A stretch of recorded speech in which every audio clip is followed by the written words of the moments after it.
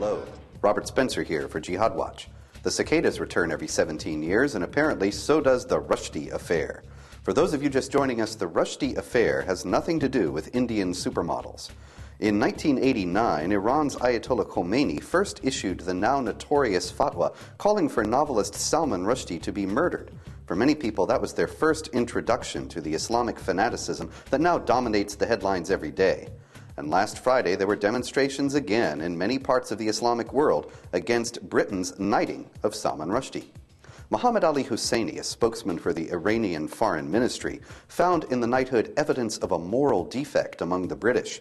Knighting one of the most hated figures in the Islamic world, he said, is a clear sign of Islamophobia among high-ranking British officials.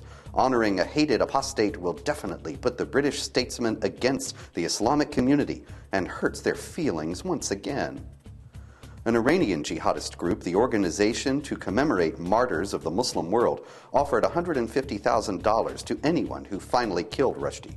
The reaction from Pakistan was even more ominous. Protesters burned Rushdie and Queen Elizabeth in effigy, chanting, "Death to Britain, death to Rushdie." Mohammad Ijaz-ul-Haq, Pakistan's religious affairs minister, declared before the Pakistani parliament, "This is an occasion for the world's 1.5 billion Muslims to look at the seriousness of this decision. The West is accusing Muslims of extremism and terrorism. If someone exploded a bomb on his body, he would be right to do so, unless the British government apologizes and withdraws the Sir title." After receiving criticism for apparently justifying a suicide attack, Ijaz-ul-Haq later modified this statement, saying, "If someone blows himself up, he will consider himself justified. How can we fight terrorism when those who commit blasphemy are rewarded by the West? We demand an apology by the British government. Their action has hurt the sentiments of 1.5 billion Muslims." Muslim leaders in Britain were just as unhappy. Salman Rushdie has once again indicated just how large is the gulf between the Islamic world and the post-Christian West in matters of freedom of speech and expression. Freedom of speech encompasses precisely the freedom to annoy, to ridicule, and to offend. If it doesn't, it is hollow. Inoffensive speech doesn't need the protection of a constitutional amendment. The instant that any person or ideology is considered off-limits for critical examination and even ridicule, freedom of speech has been replaced by an ideological straitjacket.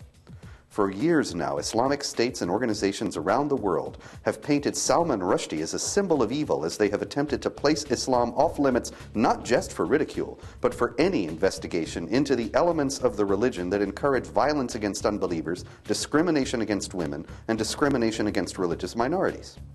Western leaders have an opportunity now to explain that freedom of speech is part of a view of the dignity of the human person that is ultimately rooted in Judeo-Christian conceptions that are superior, yes, superior, to the Islamic view of human beings as slaves of Allah. They could mount an ideological challenge to jihadism by pointing out that if submission to God and abhorrence of blasphemy are really worth anything, they are much more valuable if chosen freely rather than being coerced at the point of a knife. But it's about as likely that any Western politician will say those things as it is that Salman Rushdie will become president of Iran. I'm Robert Spencer.